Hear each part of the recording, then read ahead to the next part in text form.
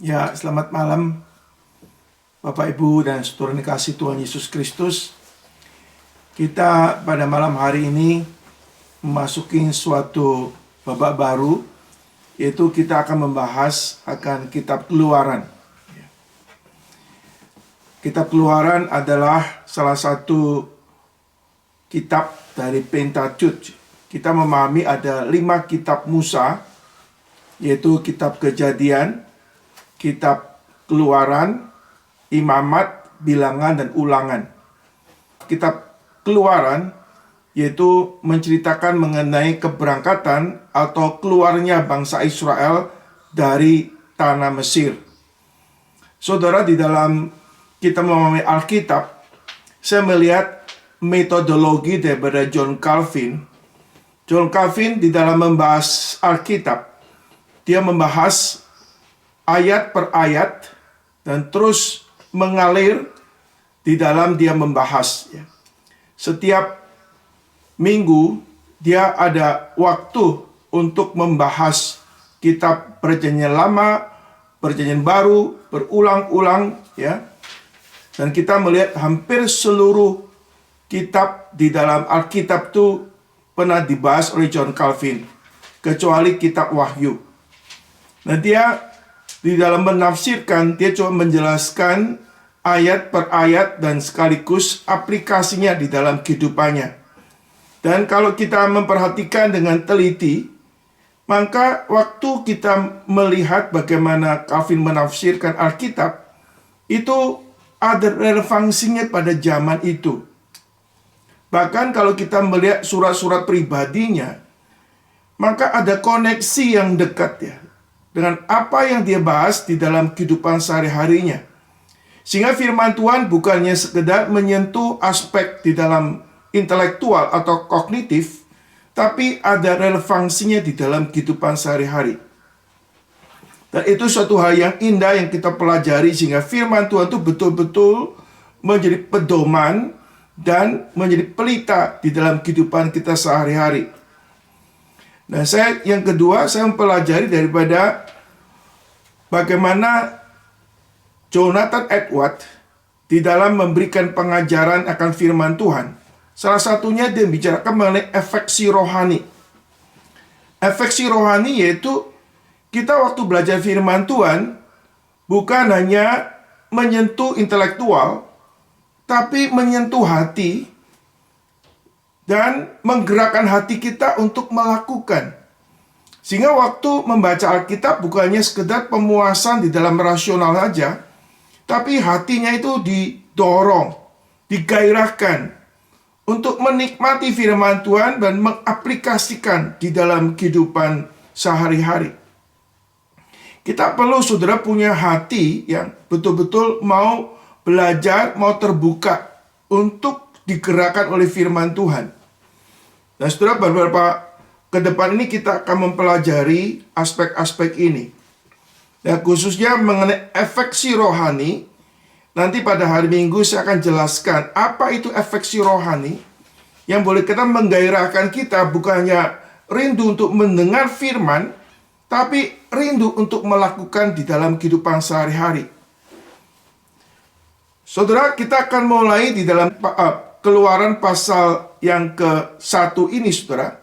Kita akan melihat bagaimana Tuhan bekerja di tengah-tengah bangsa Israel. Mari kita melihat di dalam Keluaran pasal pertama. Keluaran pasal pertama kita membaca ayat 1 sampai 22. Inilah nama para anak Israel yang datang ke Mesir bersama-sama dengan Yakub. Mereka datang dengan keluarganya masing-masing. Ruben, Simeon, Lewi, dan Yehuda, Isakar, Sebulon, dan Benyamin, dan serta Naftali, Gad, dan Asyer. Seluruh keturunan yang diperoleh Yakub berjumlah 70 jiwa. Tetapi Yusuf telah ada di Mesir. Kemudian matilah Yusuf, serta semua saudara-saudaranya, dan semua orang yang seangkatan dengan dia. Orang-orang Israel beranak cucu dan tak terbilang jumlahnya. Mereka bertambah banyak dan dengan dahsyat berlipat ganda. sehingga negeri itu dipenuhi mereka.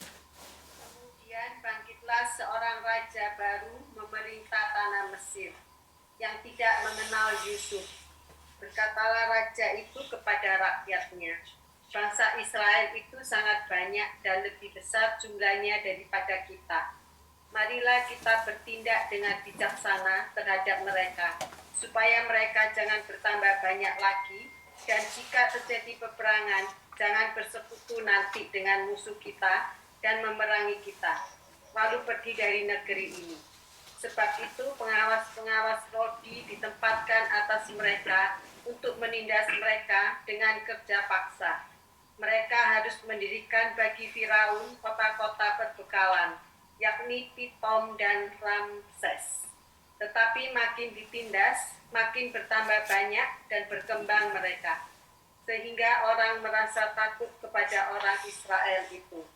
Lalu dengan kejam orang Mesir memaksa orang Israel bekerja dan memaitkan hidup mereka dengan pekerjaan yang berat, yaitu mengerjakan tanah liat dan batu bata dan berbagai-bagai pekerjaan di padang. Ya, segala pekerjaan yang dengan kejam dipaksakan orang Mesir kepada mereka itu. Silakan lanjut.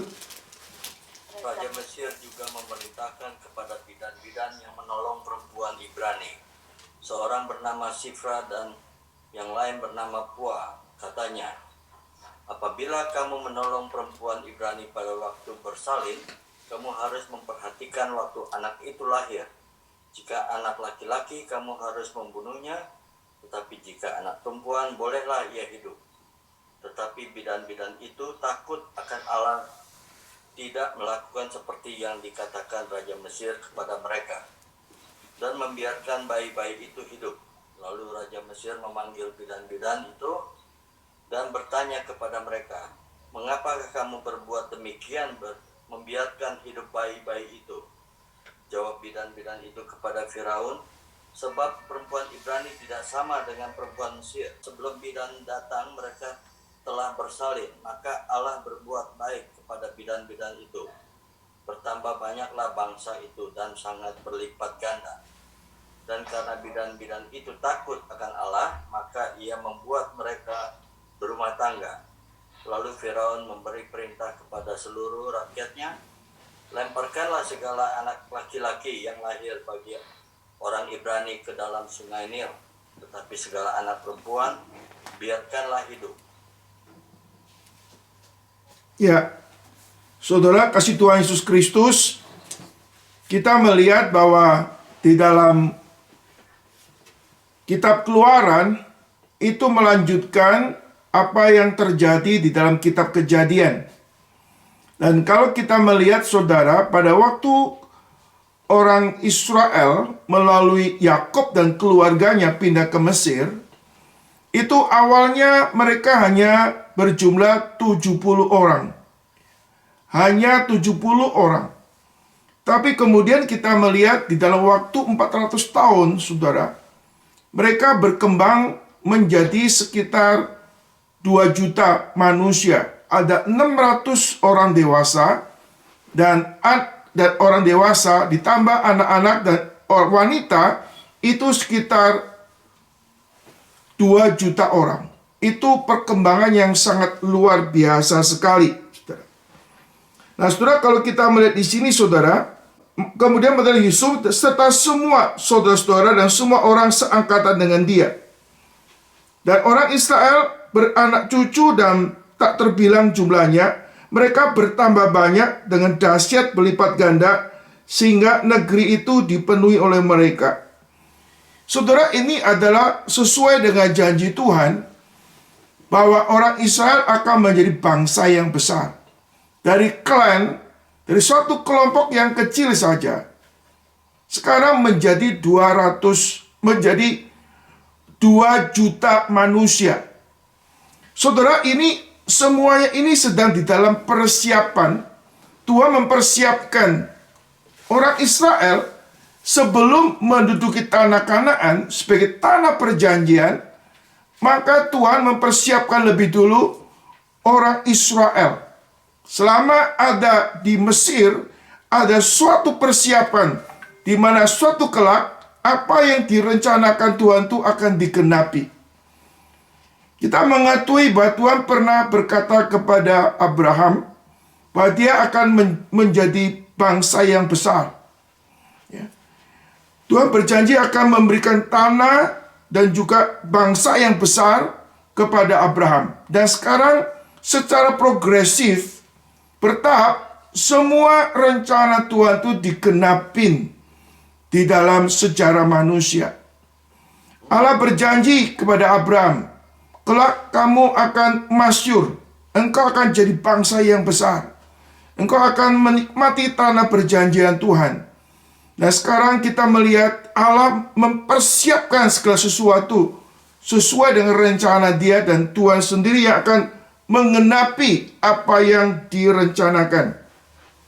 Nah saudara, kita melihat selama 400 tahun orang Israel ada di Mesir, itu sepertinya tidak ada kisah. Gak ada peristiwa yang dicatat selama 400 tahun itu. Sepertinya Tuhan itu diam. Ya. Saudara, di dalam Allah diam bukan berarti Allah itu nggak bekerja. Allah bekerja di dalam sejarah manusia. Allah tidak pernah diam. Di dalam salah satu buku yang oleh Francis Schaeffer karang, saudara, He is there, He is not silent. Allah ada di sana, Allah tidak pernah diam. Allah yang memelihara, Allah yang memprotek, Allah yang sedang mengarahkan tujuannya. Allah sedang menggenapi rencananya di dalam sejarah manusia. Dan selama 400 tahun itu Tuhan itu sepertinya tidak menyatakan diri kepada barang Israel. Tapi Allah tetap bekerja, sedang melaksanakan sesuatu di dalam kehidupan bangsa Israel. Saudara, ini sepertinya paralel, saudara, dengan keadaan waktu sebelum Yesus Kristus datang ke dalam dunia. Kita mengakui selama 400 tahun sampai Malaki, Tuhan sebenarnya nggak berbicara kepada orang Israel. Nggak ada nabi yang berbicara kepada orang Israel. Itu dalam masa intertestament, itu Allah tuh diam. Allah tidak bekerja. Ya. Tapi bukan berarti Allah itu tidak bekerja. Allah bekerja. Cuma saudara, Allah tidak menyatakan bagaimana dia bekerja. Dan Allah bahkan bekerja juga, orang tidak menyadari Allah sedang bekerja. Dan Allah memang tidak menghendaki sesuatu untuk dicatat, saudara. Nah ini kita membicarakan tentang adanya relasi antara wahyu dan ilham. Kadang-kala, saudara, di sini kita melihat Allah tidak menyatakan apa yang terjadi. Dan Allah tidak menggerakkan penulis untuk menuliskan peristiwa itu. Tapi bukan berarti Allah tidak bekerja. Allah tetap bekerja di dalam segala sesuatu. Termasuk di sini, saudara, bagaimana orang Israel dari 70 orang lalu menjadi bangsa yang besar di Mesir, itu bukan kebetulan. Itu terjadi karena rencana Tuhan. Karena kuasa Tuhan yang menyertai, saudara. Sehingga orang Israel boleh menjadi bangsa yang besar ada di Mesir. Kita mengetahui, saudara, dulu orang Israel tinggal di Goshen, dan negara, boleh kata tempat yang makmur, yang subur. Allah memberkati bangsa Israel. Lalu Allah juga sekarang menjadikan mereka bangsa yang besar, saudara. Nah, saudara, Yesus Kristus, dan ini semua terjadi bukan kebetulan, tetapi karena hikmat dan kuasa Tuhan yang mengatur, saudara. Saudara, dalam hidup kita seringkali kita tidak menyadari Allah telah bekerja sedemikian. Itu bukan kebetulan, saudara. Allah sedang bekerja dalam hidup kita, baik kita sadari atau tidak kita sadari. Allah melibatkan kita, dan tanpa kita sadar dan dilibatkan di dalam pekerjaan Tuhan. Ya. Saudara, banyak hal yang kita nggak sadari Allah sudah mengerjakan banyak hal dalam kehidupan saudara dan saya. Ada banyak hal yang kita tidak sadari dan kita nggak terlibat, pekerjaan Tuhan itu jalan, saudara. Kita hanya alat yang dipakai Tuhan untuk menggenapi rencana Tuhan. Saudara, bagaimana orang Israel itu? Allah menggenapi, Allah yang bekerja melalui orang-orang Israel, sehingga mereka boleh menjadi bangsa yang besar, menjadi bangsa yang diberkati oleh Tuhan. Itu bukan oleh karena kekuatan mereka, bukan karena jasa mereka, tapi semata-mata campur tangan Tuhan, sehingga mereka boleh diberkati Tuhan, mereka boleh menjadi bangsa yang besar. Di sini kita melihat adanya kedaulatan kuasa Tuhan yang besar. Aspek lain dalam kehidupan kita, kedaulatan Tuhan tidak membuat kita lupa bertanggung jawab, saudara. Saudara, di dalam kita mikirkan pekerjaan Tuhan, kita menyadari, saudara, kalau bukan Tuhan membangun rumah, sia-sia usaha manusia membangunnya. Jika Tuhan tidak mengawal kota, sia-sia manusia berjaga-jaga. Sehingga kalau kita bisa membangun kota, atau membangun pekerjaan Tuhan, atau kita bisa menikmati pelindungan, itu bukan karena usaha kita, tetapi karena pekerjaan Tuhan. Aspek lain, kita harus kerja keras. Kita harus bertanggung jawab. Kita harus memanage hidup dengan baik.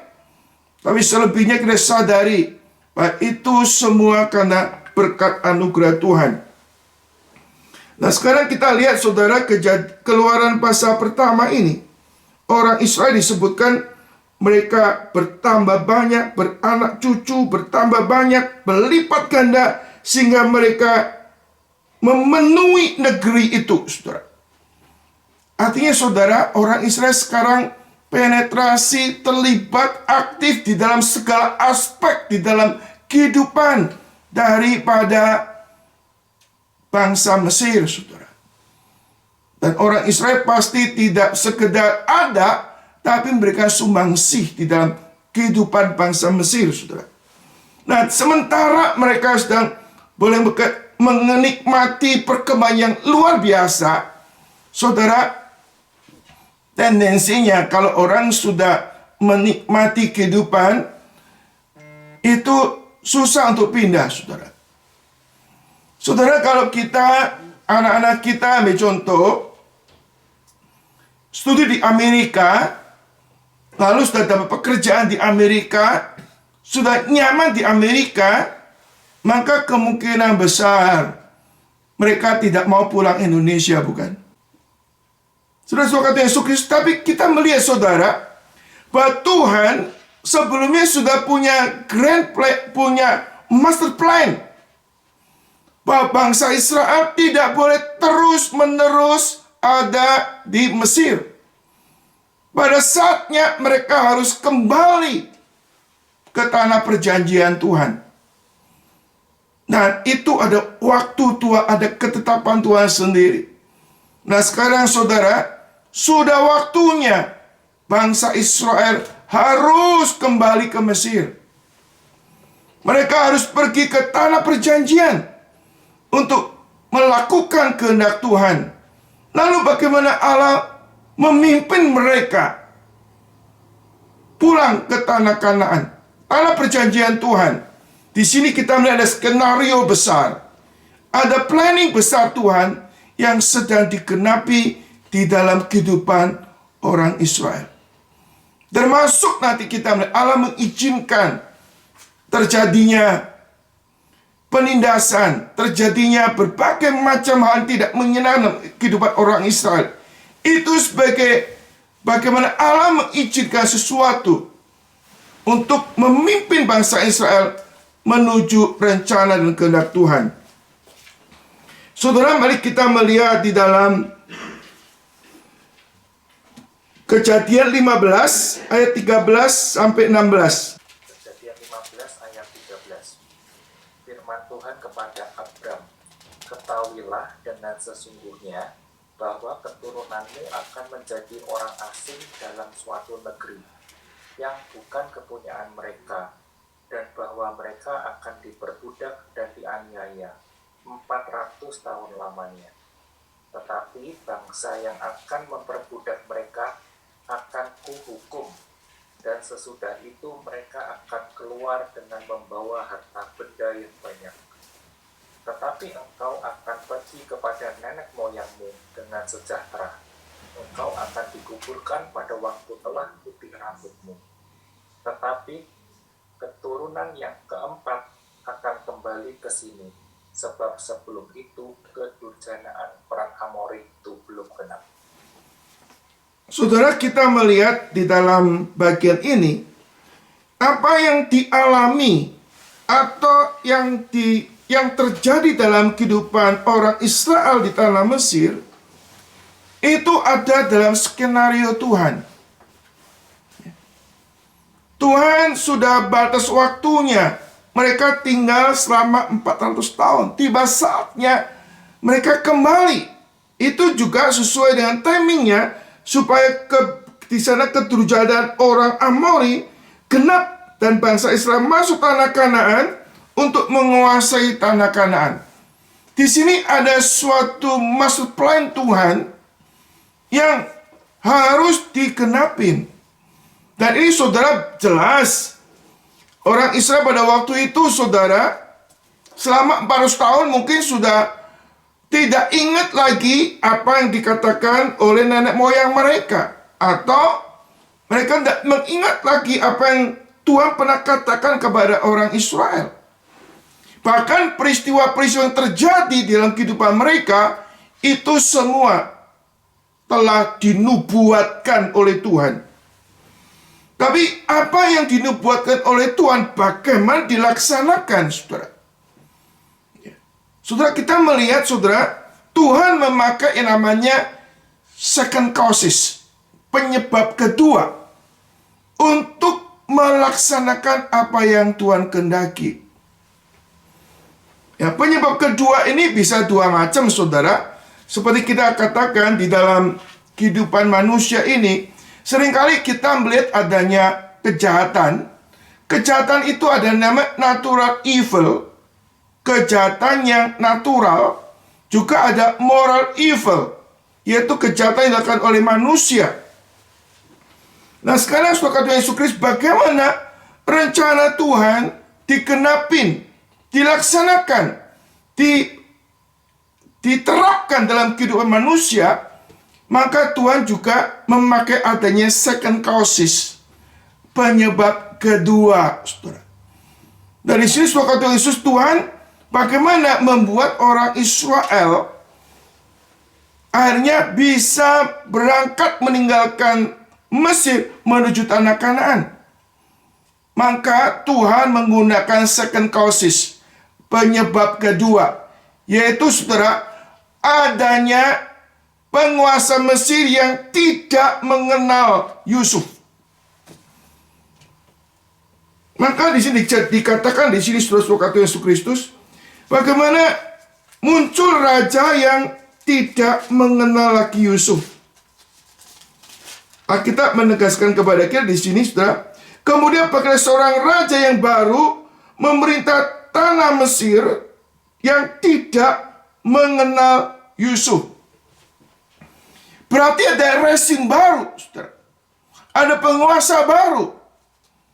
Ya, kadang-kadang di dalam dunia politik kita memahami ada penguasa baru, ada rezim baru, maka akan terjadi gejolak sosial, gejolak politik, gejolak ekonomi, karena adanya penguasa yang baru, yang mungkin tidak mengenal atau tidak respect dengan penguasa yang lama. Dan ini terjadi di dalam Keluaran ini, saudara. Ada rezim yang baru, raja yang baru yang muncul. Saya percaya, saudara, kita mengatakan yang menurunkan dan membangkitkan raja itu Allah yang berdaulat. Allah berdaulat atas segala sesuatu. Allah yang menurunkan raja, Allah juga membangkitkan raja, saudara. Dan kita melihat, saudara, bahwa bangkitlah seorang raja yang dari tanah Mesir yang tidak mengenal Yusuf. Tidak mengenal Yusuf berarti saudara, orang ini tidak tahu siapakah Yusuf dan tidak tahu peran orang Israel sebelumnya. Nah, ini membuat sesuatu perubahan, saudara. Kalau kita mengakui, saudara, bahwa kedatangan keluarga Yusuf yang pertama kali diterima dengan baik. Karena Yusuf menjadi penguasa kedua di Mesir. Keluarga Yakub diterima, dikasih tempat yang paling baik di tanah Goshen. Sudah kata Yesus Kristus. Tapi sekarang, saudara, muncul raja baru yang tidak mengenal Yusuf, yang tidak tahu siapakah Yusuf. Maka, saudara, cara pandang penguasa baru itu menjadi sesuatu problem di dalam kehidupan bangsa Israel yang ada di Mesir, saudara. Saudara Yesus, kita mengakui pada waktu perpindahan kekuasaan di Afghanistan yang sudah lewat. Pasti di situ ada gejolak politik, gejolak ekonomi, gejolak sosial yang sangat serius sekali, saudara. Kita mengakui juga pada waktu terjadi perubahan politik yang ada di Jerman. Waktu bagaimana Hitler menjadi seorang penguasa. Maka Hitler waktu melihat orang-orang Yahudi yang punya posisi penting yang ada di Jerman, saudara, dia punya cara berpikir yang berbeda. Maka kita mengakui ada peristiwa Holocaust di Jerman, bagaimana orang Yahudi dimasukkan kamp konsentrasi, dibunuh, dan kita melihat, saudara, ada 6 juta yang tercatat, 6 juta orang yang dibunuh, bahkan mungkin lebih daripada 6 juta. Karena ada orang bilang, saudara, sampai 12 juta orang yang menjadi korban Nazi pada waktu itu, saudara. Karena perubahan politik membuat suasana kehidupan sosial, ekonomi itu kan terjadi pergeseran, saudara. Nah, ini sekarang terjadi pada zaman orang Israel ada di Mesir, saudara. Ada penguasa baru, saudara. Timbul gejolak, saudara. Maka di sini, saudara, penguasa baru bisa ada gejolak masalah macam-macam. Bisa masalah etnis, masalah politik, masalah agama. Itu menjadi sesuatu hal yang complicated terjadi, saudara. Nah, sekarang, saudara, penguasa baru itu melihat punya cara pandang yang negatif terhadap orang Israel yang ada di Mesir, saudara. Kadang-kadang kita bersyukur kalau ada penguasa baru yang punya cara pandang positif, yang baik. Tapi ini bukan yang baik, saudara. Ya. Yang punya cara berpikir negatif kepada orang Israel. Lalu katakan, raja ini mengatakan kepada rakyatnya, bangsa Israel itu sangat banyak, lebih besar jumlahnya daripada kita. Marilah kita bertindak dengan bijaksana terhadap mereka, supaya mereka jangan bertambah banyak lagi. Jika terjadi peperangan, jangan bersekutu dengan musuh kita dan memerangi kita lalu pergi dari negeri ini. Saudara, kita melihat bahwa penguasa baru ini, saudara, terancam, saudara. Kalau dulu orang Israel datang ke Mesir, di welcome, diterima yang baik. Tapi sekarang, saudara, kehadiran orang Israel sudah dicap seperti teroris, saudara. Berubah 180 derajat. Dulu diterima yang baik, sekarang menjadi ancaman bagi orang Mesir, saudara. Lalu, saudara, kita melihat bagaimana Raja Mesir ini mengatur suatu siasat. Dikatakan sini, saudara, bangsa ini sangat besar, sangat banyak, lebih besar jumlahnya daripada kita. Saudara, ini bisa lebih besar atau diperbesar. Biasanya, saudara, orang yang ingin memprovokasi, ya, itu bisa menceritakan, membesar-besarkan, ya, membesar-besar sesuatu. Jadi ini memprovokasi, ya. Ini pemimpin yang provokasi supaya menimbulkan kebencian kepada orang Israel. Nah, ini bisa terjadi di mana-mana, saudara. Kalau pendatang terjadi lebih kaya, lebih sukses, lebih berhasil dari penduduk lokal, itu kalau dipancing, diprovokasi, bisa terjadi perselisihan, saudara, di situ. Ini, saudara, kadang-kadang di dalam suatu masyarakat bisa timbul pergeseran masalah etnis, masalah ekonomi, masalah apa. Maka, saudara, di sini penguasa Mesir memprovokasi. Maka marilah kita bertindak dengan bijaksana terhadap mereka. Saudara, istilah bijaksana ini, saudara, bisa diterjemahkan dengan kelihayan, kelicikan, kecerdikan. Ya. Saudara, kita melihat, saudara, mereka menggunakan mari kita bertindak dengan bijaksana. Tapi ini kelicikan. Jadi mereka berpikir punya tujuan memperdaya orang lain. Ya. Memikir sesuatu untuk merugikan atau mencelakakan orang lain. Nah, ini yang ada dalam pikiran Raja Mesir pada waktu itu, saudara. Saudara, orang yang punya kuasa, punya kedudukan, ya, kalau kedudukannya itu terancam, maka dia akan menggunakan segala cara untuk melindungi diri. Ya. Menggunakan segala cara untuk menghancurkan lawannya, saudara. Dan ini yang terjadi pada raja yang baru ini, saudara. Mereka katakan dengan cerdik, dengan licik. Ya. Kita sebagai anak Tuhan, kita tidak boleh licik, saudara. Tidak boleh kita ini tipu muslihat, itu tidak boleh. Tapi, saudara, di dalam dunia politik seringkali terjadi adanya konspirasi, adanya trik-trik tertentu untuk merugikan orang lain, untuk mencelakakan orang lain. Dan ini yang terjadi di dalam diri Raja Mesir. Kita sebagai orang Kristen, sebagai orang percaya, kita memang harus cerdik seperti ular, tapi kita harus tulus seperti merpati. Loh, ini tidak gampang, saudara. Orang cenderung kadang-kadang kalau kita terlalu tulus, dianggap kita orang bodoh. Ya. Kita cerdas, seringkali secara cerdas, kita ini kurang tulus, saudara. Nah, orang yang cerdas sekaligus tulus, itu terjadi kalau orang itu takut kepada Tuhan. Orang takut kepada Tuhan, yaitu orang yang menjauhi kejahatan dan cari perkenan Tuhan, saudara. Tapi, saudara, yang kasih Tuhan Yesus Kristus, Raja Mesir bukan orang yang takut kepada Tuhan. Sehingga dia menggunakan kebijakannya hanya untuk kepentingan sendiri. Egoisme. Bukan mementingkan kepentingan orang banyak atau berlaku adil.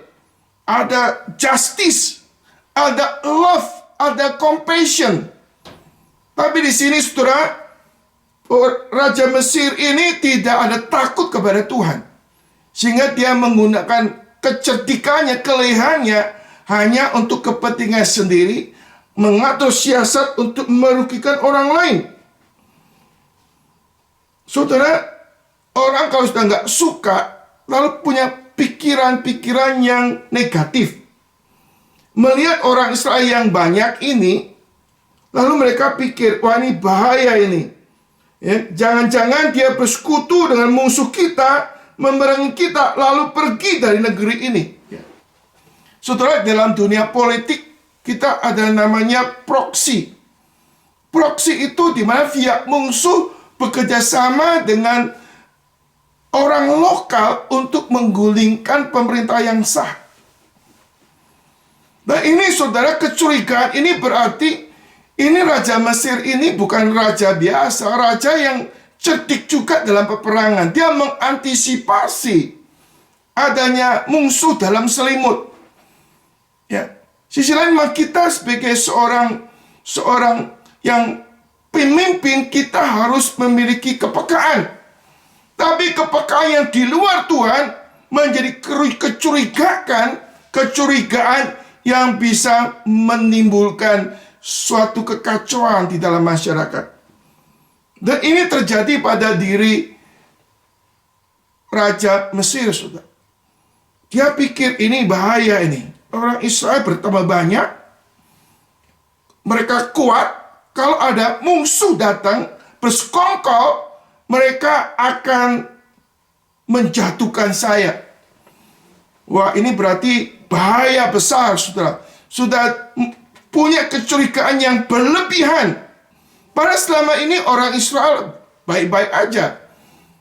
Sudah menganggap ini negaranya sendiri. Kan sudah lama di situ, terima dengan baik. Nah, kita melihat surat-surat Tuhan Yesus Kristus, Raja Mesir ini ingin mengatur strategi, saudara. Tapi sisi lain, saudara, mereka tahu bahwa kehadiran daripada orang Israel itu punya sumbangsi. Ada manfaatnya, ada kontribusinya. Sehingga sampai dia takut, tapi juga masih perlu. Lalu bagaimana? Supaya orang Israel ini bisa dikontrol dengan baik, tetap bisa ditaklukkan, sehingga tidak memiliki dampak ke depan bisa merugikan daripada bangsa Mesir, saudara. Memang saudara sekilas oke. Artinya sebagai kepala negara pasti memikirkan keamanan negara, keimanan warga negara, saudara. Tapi kita melihat tanpa disadari oleh Raja Mesir, saudara.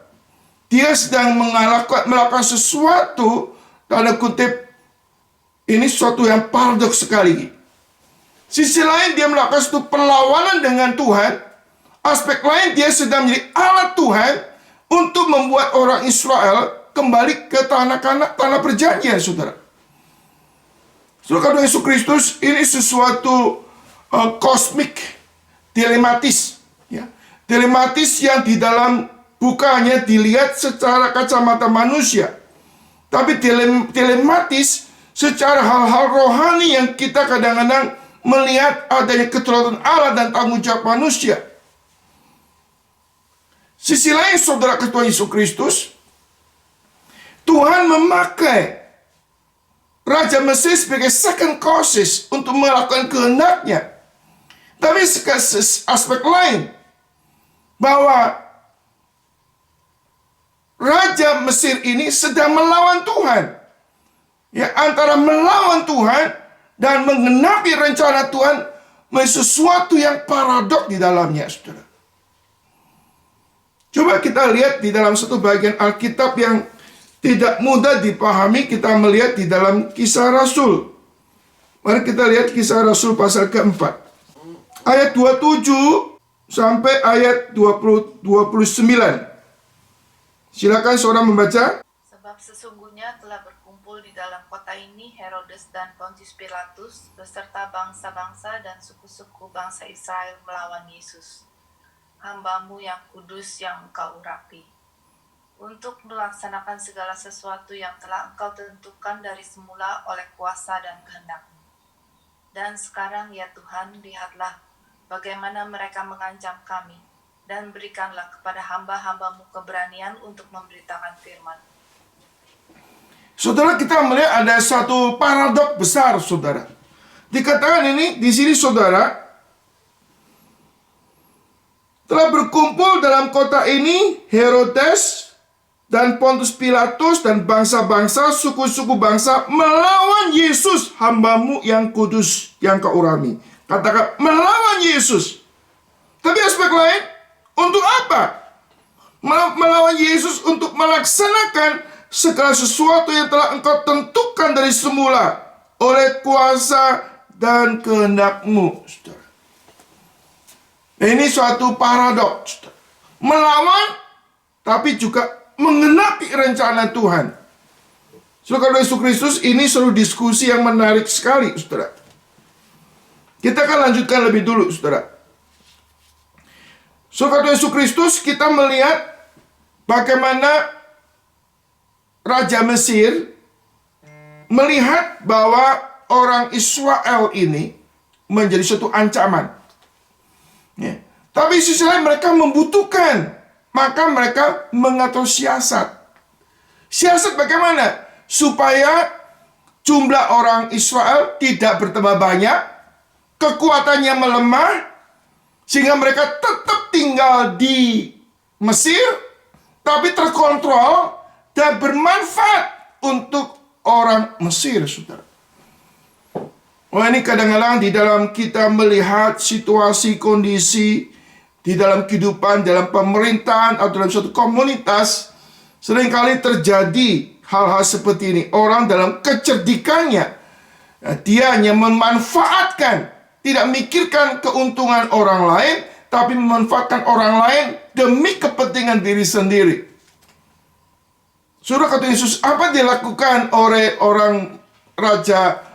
Raja Mesir ini, saudara? Pertama, saudara, mereka itu melakukan tekanan, baik tekanan fisik atau tekanan mental, saudara. Maka, saudara, dikatakan, sebab itu pengawas rohani ditempatkan atas mereka untuk menindas mereka dengan paksa. Mereka harus mendirikan Firaun kota-kota berbekalan, yaitu Piton dan Ramses. Saudara, kita melihat mereka ini mulai memperbudak orang Israel. Ini berarti, saudara, mereka menekan baik secara fisik ataupun secara mental. Ada istilahnya pembunuhan karakter. Ya. Sehingga mereka diperbudak, saudara. Ya.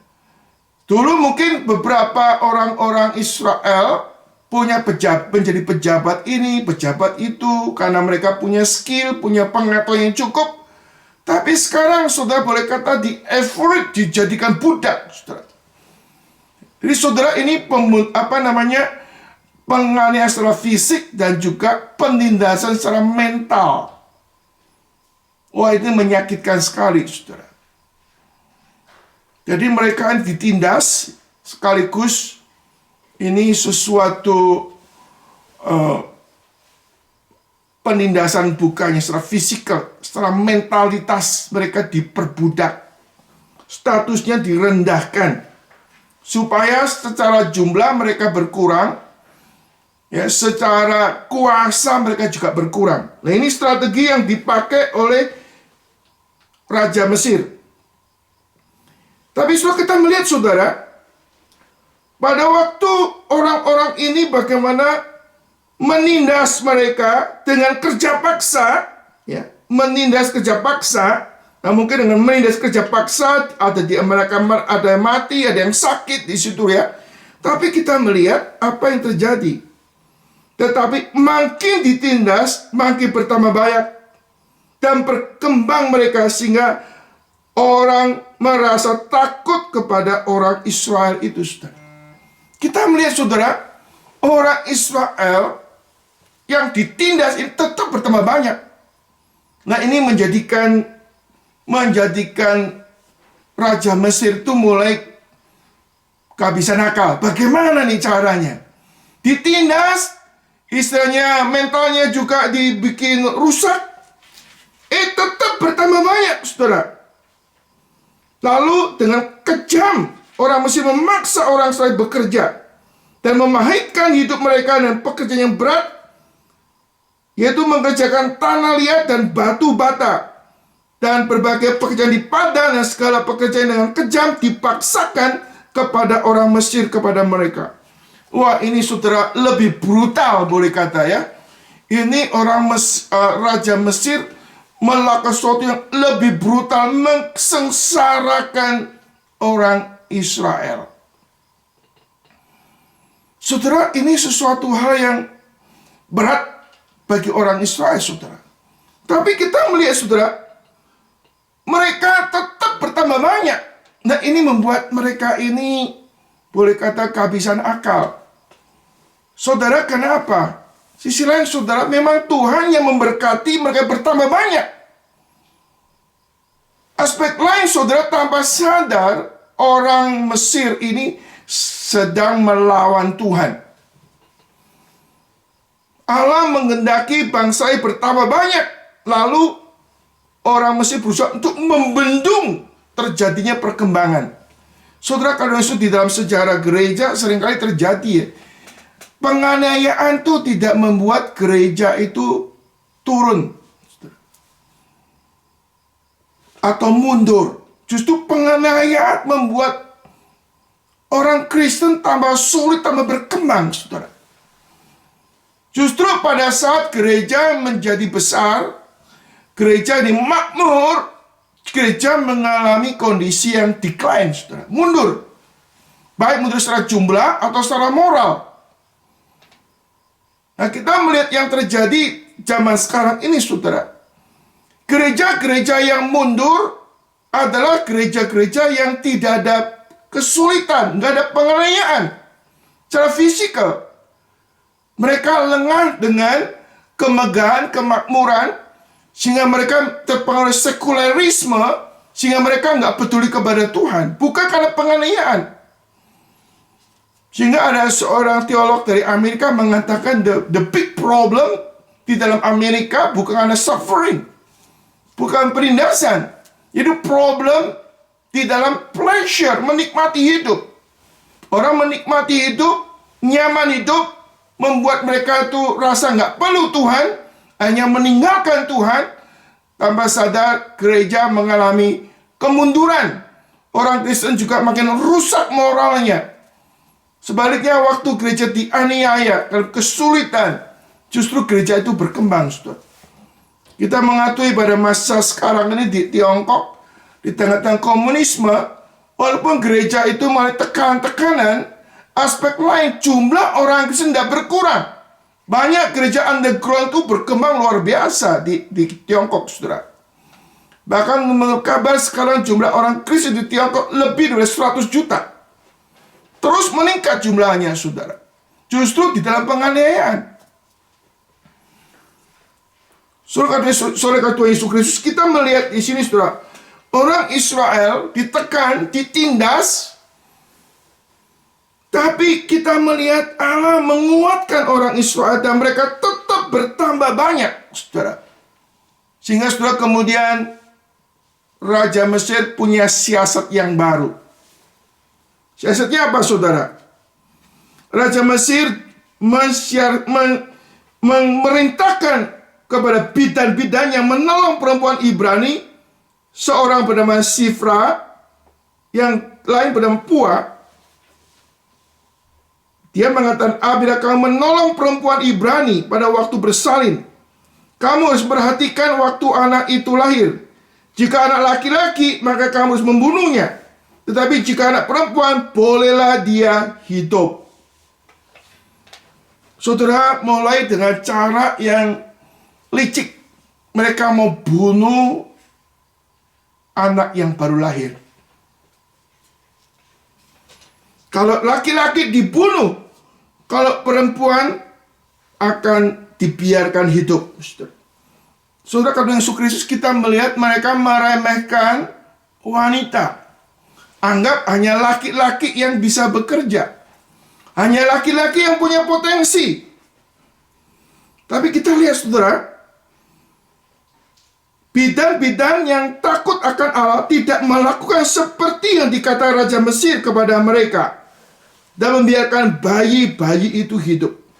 Saudara, kita melihat, saudara, waktu Raja Mesir punya siasat memakai bidan-bidan, tapi justru bidan-bidan ini berpihak kepada orang Israel, saudara.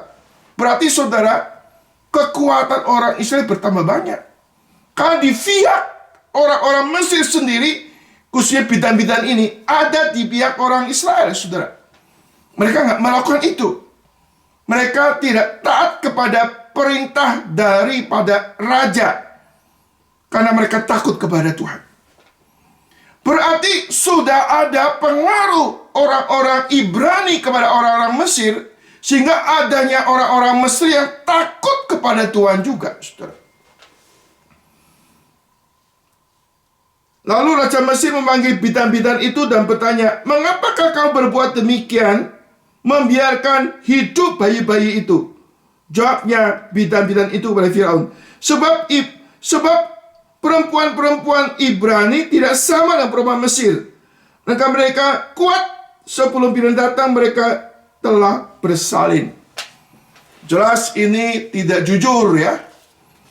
Aspek lain dia masih ada kelemahan, tidak jujur. Tapi aspek lain dia orang yang takut kepada Tuhan. Kita mengetahui ada pelacur Rahab di tembok Yeriko. Dia juga melindungi ya para pengintai. Lalu dia berkata tidak jujur, saudara.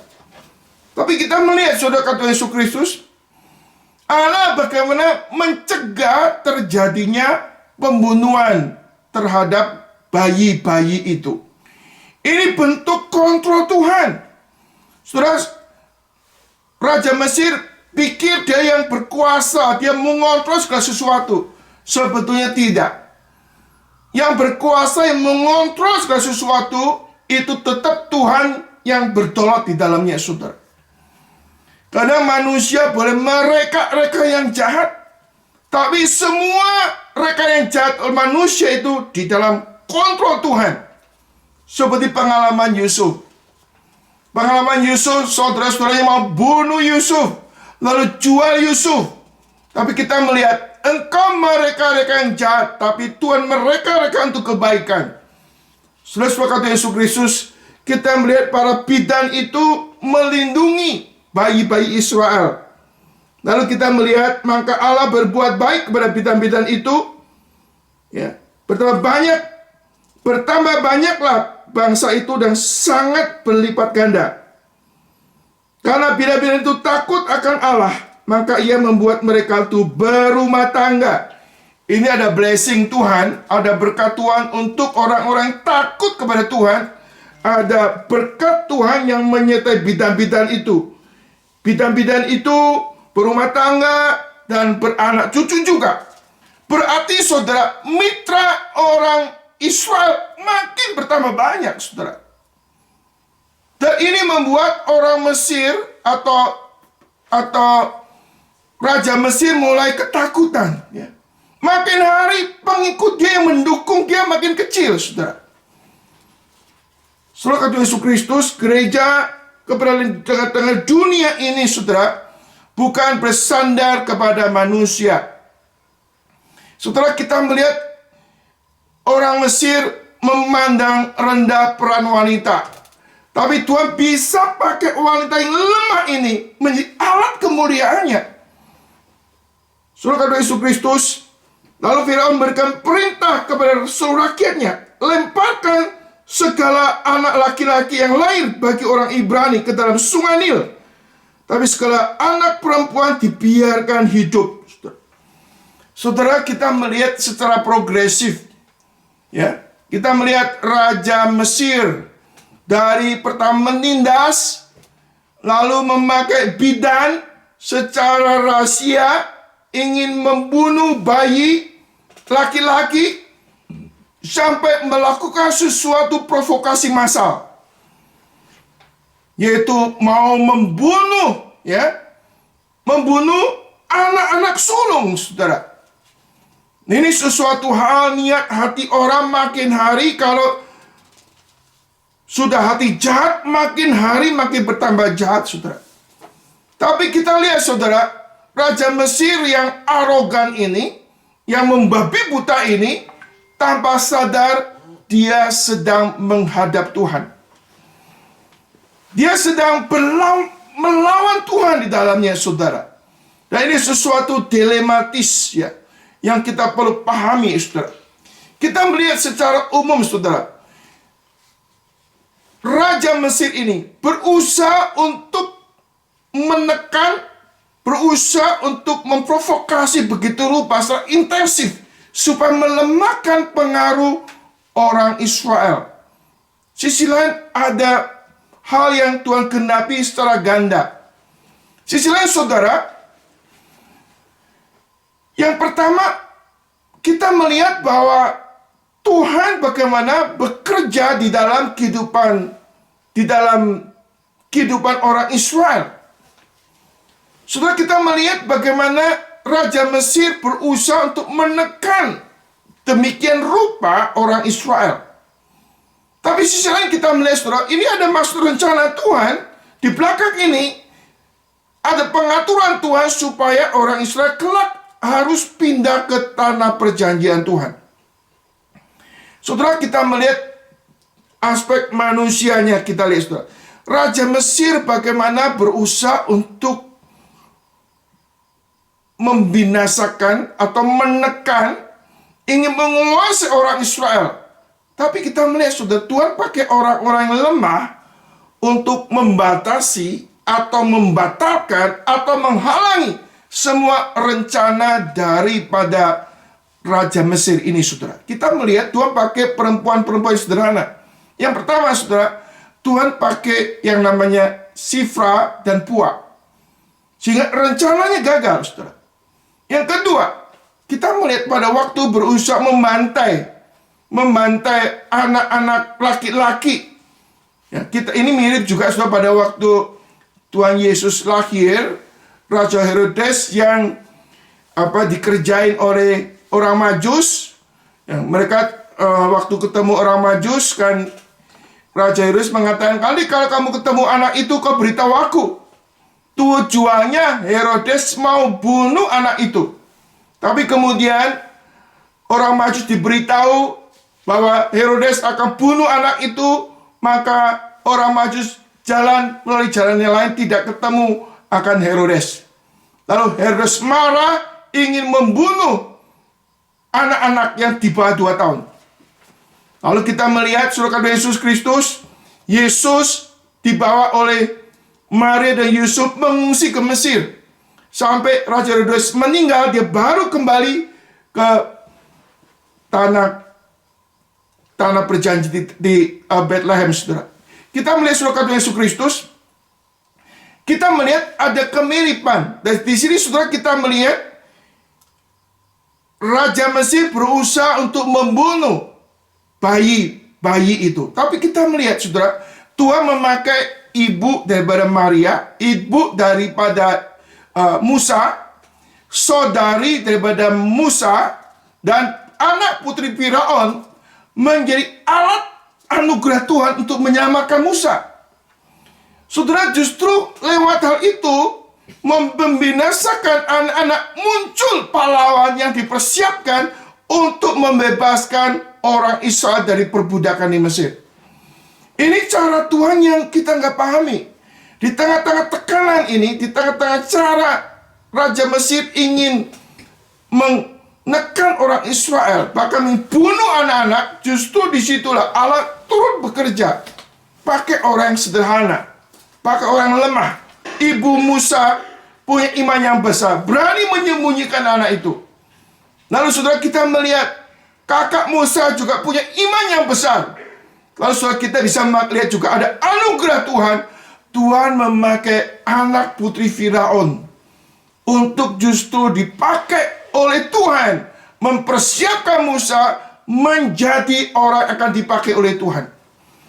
Dan kita melihat dalam masa krisis kehidupan yang begitu kompleks ini, saudara, Allah itu tidak diam. He is there. He is no silent, saudara. Apapun masalah dalam hidup kita, saudara, baik secara personal atau secara publik, Allah tidak tinggal diam. Di dalamnya ada maksud rencana Tuhan, sehingga kita sebagai anak Tuhan tidak perlu takut, tidak perlu khawatir. Yang perlu kita mengenal dan terus beriman kepada Tuhan. Tidak ada sesuatu yang bisa menggoncangkan hidup kita jikalau kita ada di dalam tangan Tuhan yang kuat, saudara. Saudara Yesus Kristus, kita melihat Tuhan memelihara umatnya. Kita melihat kuasa Tuhan yang menopang umatnya. Kita melihat janji Tuhan yang nggak pernah gagal. Tugas kita beriman sama Tuhan, mengandalkan Tuhan dalam situasi apapun di dalam kehidupan saudara dan saya. Saudara, kalau kita melihat sekilas di dalam awal kitab Kejadian ini, kita melihat kesulitan. Tapi sesungguhnya bukan kesulitan yang kita lihat. Kita melihat Allah yang berdaulat atas kesulitan. Allah sedang bekerja dalam kesulitan atau tragedi yang kita alami, semuanya dalam genggaman tangan Tuhan. Dan Allah yang betul itu Allah yang sedang mengenapi rencananya, baik dalam kehidupan secara pribadi ataupun kehidupan secara umum, kehidupan orang-orang percaya. Saudara, ada seorang teolog yang memberikan suatu analisa yang bagus sekali. Dia pakai begini, saudara. Dia pakai di mana kita sebagai orang-orang percaya, waktu melihat kehidupan kita, waktu kita melihat sejarah manusia, maka tanpa sadar kita menjadi orang yang mengedit. Mengedit artinya apa, saudara? Kita coba memilih-milih kehidupan kita. Ya. Nah, seringkali kita akan melihat kehidupan kita tuh dengan cara pandang kita. Kita lebih suka mengedit kisah-kisah macam apa dalam hidup kita, saudara. Umumnya, orang melihat kehidupan kita hanya mengedit bagian-bagian yang menguntungkan kita. Yang menguntungkan kita, atau sisi lain kita melihat hal-hal yang mungkin yang tidak menyenangkan kita, dan kita masing-masing tuh punya cara pandang, punya cara tafsir, dan mengedit hidup kita berbeda. Ambil contoh, saudara, kita ambil kamera kita menfoto 20 gambar. Kira-kira yang saudara masukkan ke grup saudara, itu foto yang jelek atau foto yang bagus? Yang paling bagus, toh? Yang paling bagus itu yang kita edit. Ya. Yang kita edit. Nah, hidup kita tuh kadang-kadang mengedit peristiwa-peristiwa dalam hidup kita. Lalu saudara, kalau kita mengedit di dalam peristiwa hidup kita yang mengedit itu kisah apa dalam hidup saudara dan saya? Kalau orang yang pesimis dalam hidupnya, saudara, maka dia akan mengedit kehidupan itu dengan cara yang berbeda. Ada seorang yang mengatakan demikian, saudara. Izinkan saya bertanya tentang kebijakan editorial Anda. Kita masing-masing mengedit seolah-olah itu adalah kehidupan kita. Jadi, saudara, kita mengedit itulah hidup saya itu seperti itu. Tapi hidup kita seperti itu di dalam penilaian kita, saya itu seperti itu. Atau kita mengedit kehidupan orang lain, menurut sisi saya, orang itu seperti itu. Nah, ini kita menjadi editor, ya, mengedit hidup kita atau mengedit hidup orang lain, lepas dari pandangan Tuhan daripada orang itu. Orang yang khawatir menyunting semua hal yang baik, semua kemungkinan positif, dan menyoroti setiap elemen yang kemungkinan rasa sakit dan bencana. Ini, saudara, orang yang khawatir, maka orang ini cenderung menyunting semua yang baik atau delete semua yang baik. Semua yang positif di-delete. Nggak lihat lagi yang positif, nggak lihat lagi yang baik. Yang lihat hanya yang negatif, yang sulit, yang sakit. Saudara bisa bayangkan kalau orang itu sukanya itu menyunting semua yang baik, yang positif, lalu yang tinggal hanya hal yang pahit, hal yang susah. Oh, itu kasihan sekali, saudara.